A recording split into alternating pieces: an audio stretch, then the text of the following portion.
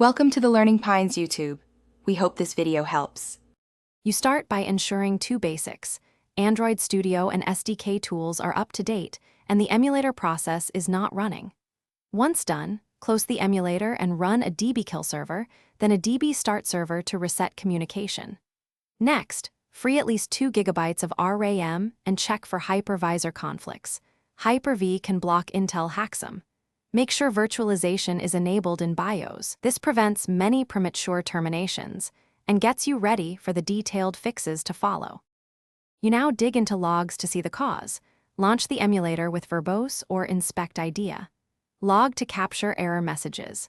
Once you have the trace, recreate the AVD using a stable x86-64 system image and default device profile.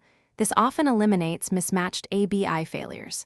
If acceleration is the issue, reinstall Intel Haxum or switch to WHPX on Windows. Also, adjust the AVD graphics to angle or software glaze if GPU crashes persist. You finish by wiping AVD user data and performing a cold boot. This removes corrupted state that causes termination. Make sure emulator and platform tools are updated, restart your machine, and relaunch the AVD to confirm stability.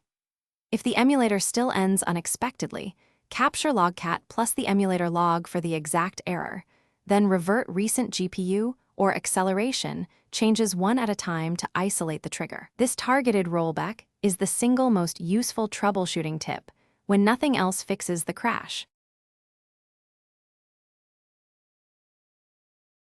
Thanks for watching. Consider subscribing if we helped you.